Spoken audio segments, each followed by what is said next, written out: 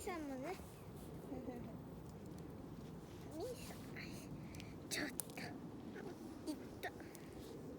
いいよ。シャーシャー言ってる。キツキツ。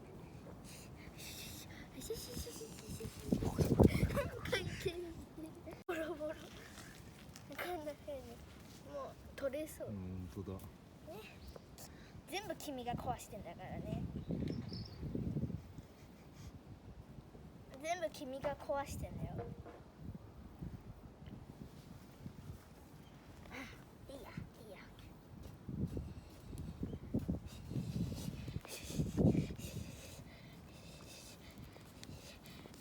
めっちゃ肌で。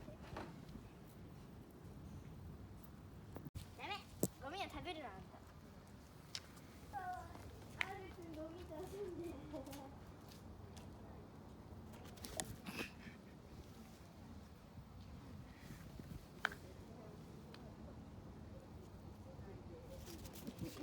あ、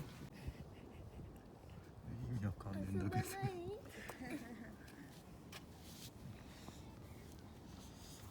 おもちゃ持ってくるの？お家から。